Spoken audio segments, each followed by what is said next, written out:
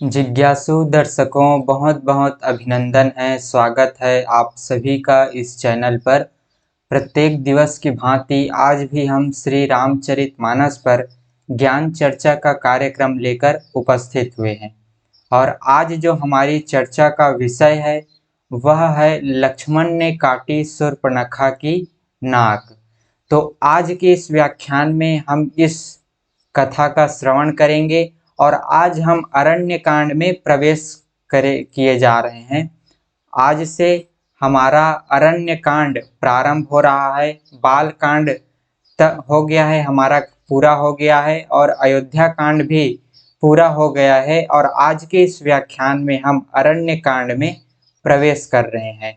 तो लक्ष्मण ने काटी शूर्पणखा की नाक आज के इस व्याख्यान का, हमारा आज के इस कार्यक्रम का विषय है।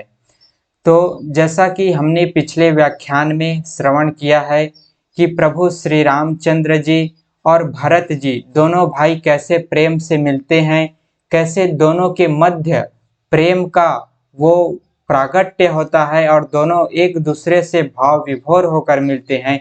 एक तरफ भरत जी प्रेम की सीमा है तो दूसरी तरफ प्रभु श्री रामचंद्र जी त्याग और मर्यादा की सीमा है। तो दोनों भाई परस्पर प्रेम से एक दूसरे से मिलते हैं और भरत जी जो है प्रभु श्री रामचंद्र जी को अयोध्या ले जाने की कोशिश करते हैं, लेकिन प्रभु श्री रामचंद्र जी वापस जाने से मना कर देते हैं। और अंत में भरत जी प्रभु श्री रामचंद्र जी के चरण पादुका को लेकर के जाते हैं अयोध्या और उसे राज सिंहासन पर स्थापित करके राज्य का कामकाज करते हैं। तो यहाँ तक हमने अयोध्या कांड श्रवण किया है और आज से हम बाल कांड में प्रवेश कर रहे हैं।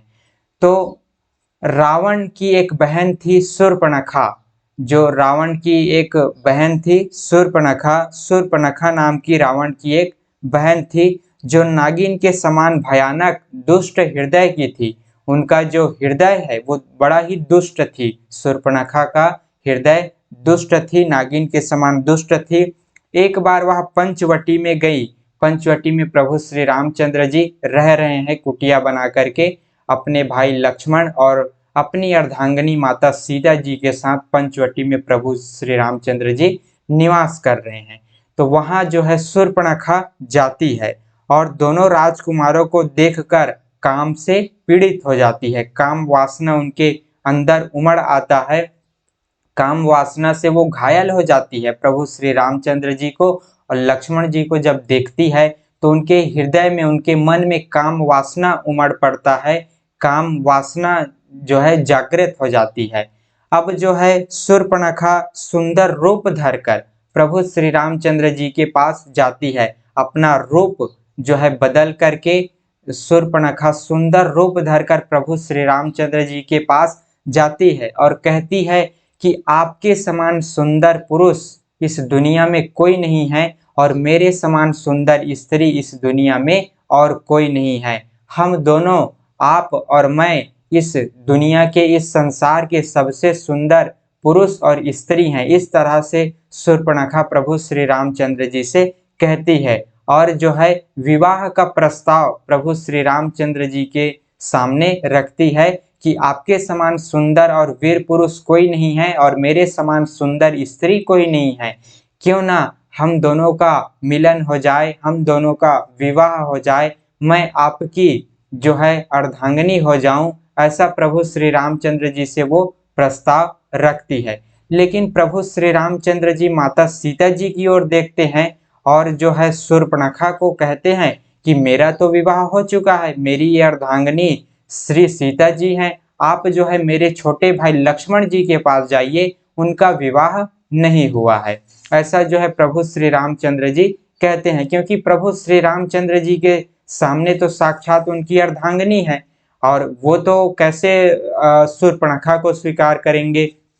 उनके सामने तो उनकी साक्षात अर्धांगिनी श्री सीता जी है, जबकि शूर्पणखा जो है कपट वेश बना करके प्रभु श्री रामचंद्र जी के सामने विवाह का प्रस्ताव लेने आई है, जबकि शूर्पणखा का विवाह पहले से हो चुका रहता है। फिर भी जो है वे कपट वेश बना के काम वासना से पीड़ित होकर के प्रभु श्री रामचंद्र जी से विवाह का प्रस्ताव रखने के लिए आई हुई है। तो प्रभु श्री रामचंद्र जी भी उनके साथ वैसा ही खेल खेलते हैं और कहते हैं कि मेरा विवाह तो हो चुका है, मेरे छोटे भाई लक्ष्मण जी कुंवारे हैं, आप जाइए अपना प्रस्ताव उन्हीं के सामने रखिए। फिर शूर्पणखा जी लक्ष्मण जी के पास जाते हैं। लक्ष्मण जी ये कहते हैं, लक्ष्मण जी को भी शूर्पणखा वही बात कहते हैं कि आपके समान वीर और सुंदर पुरुष कोई नहीं है और मेरे समान सुंदर स्त्री सुंदरी और कोई नहीं है इस संसार में। आप जो है मेरे से विवाह कर लीजिए, अपनी अर्धांगिनी मुझे स्वीकार कीजिए। फिर लक्ष्मण जी कहते हैं, मैं तो श्री रामचंद्र जी का सेवक हूँ, उनका दास हूँ। यदि तुम मुझसे विवाह करोगी तो सदा तुमको दासी बन करके रहना पड़ेगा, श्री रामचंद्र जी के दासी बन करके रहना पड़ेगा, उनका सेवा करना पड़ेगा। मैं तो उनका दास हूँ, उनका सेवक हूँ। आप जो है श्री रामचंद्र जी के पास ही जाइए, वे स्वामी हैं, उनके साथ विवाह करोगी तो तुम्हारा पद ऊंचा रहेगा। मेरे साथ क्यों विवाह करोगी, मैं तो उनका दास हूँ, सेवक हूँ। फिर शूर्पणखा प्रभु श्री रामचंद्र जी के पास आती है।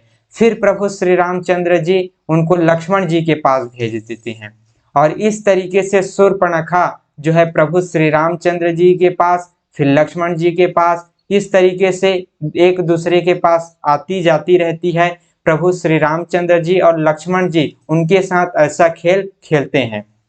और फिर जो है शूर्पणखा लक्ष्मण जी के पास जाती है। फिर उसके बाद प्रभु श्री रामचंद्र जी लक्ष्मण जी के पास जब शूर्पणखा जाती है तो फिर लक्ष्मण जी मना करते हैं। फिर वो श्री रामचंद्र जी के पास आती है और जो है अब शूर्पणखा को क्रोध आ जाता है। शूर्पणखा जो है अत्यंत क्रोधित हो जाती है और जो है प्रभु श्री रामचंद्र जी के पास आती है और कहती है कि जो है अगर आप मुझसे विवाह नहीं करोगे तो वो जो है मैं आपके इस अर्धांगिनी सीता को जो है खत्म कर डालूंगा। इस तरह से शूर्पणखा प्रभु श्री रामचंद्र जी से कहती हैं और वह जो है माता सीता की ओर हमला करने की कोशिश करती है, उनको नुकसान पहुंचाने की कोशिश करती है।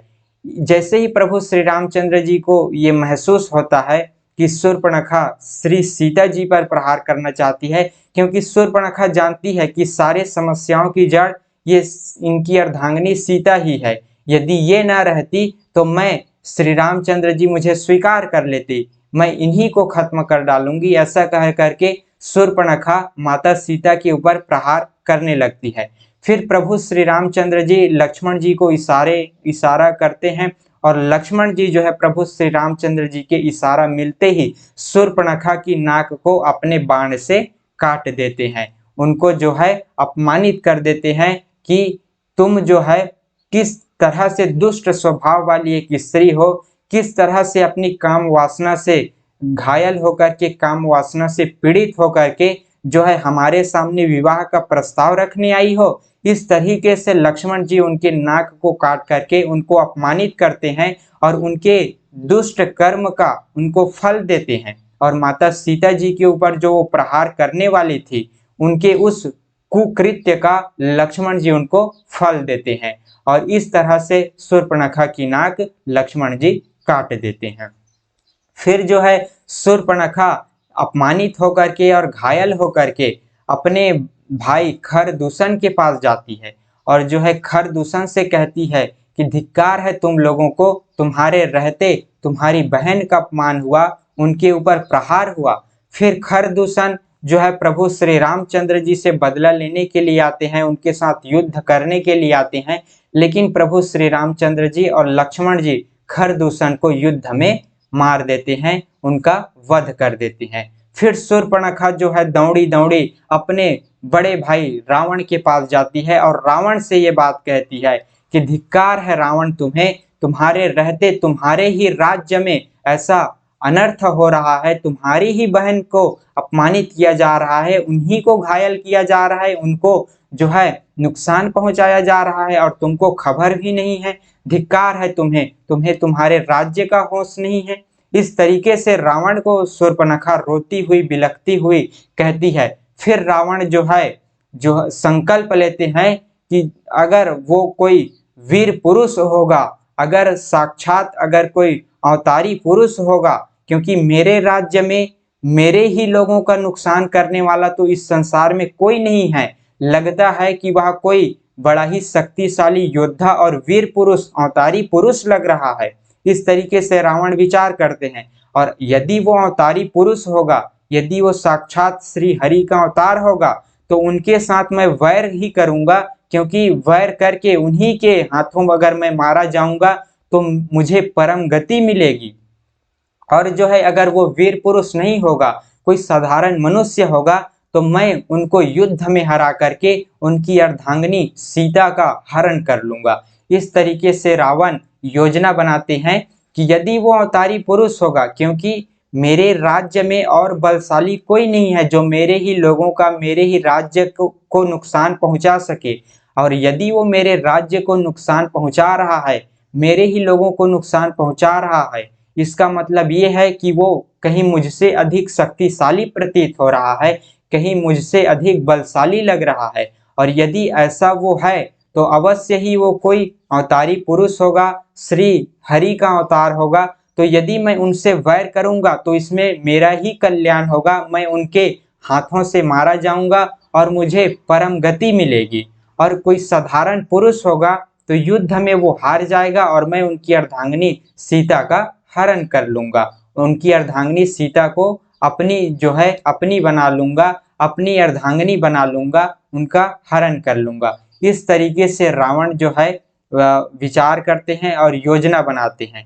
फिर जो है यहाँ पर रावण इस योजना को पूरा करने के लिए अपने मामा मारीच के पास जाते हैं और अपने मामा मारीच को जो है समझाते हैं कि किस तरह से इस योजना को सफल किया जाए और किस तरीके से ये बात जानी जाए कि वे अवतारी पुरुष हैं या कोई साधारण मनुष्य।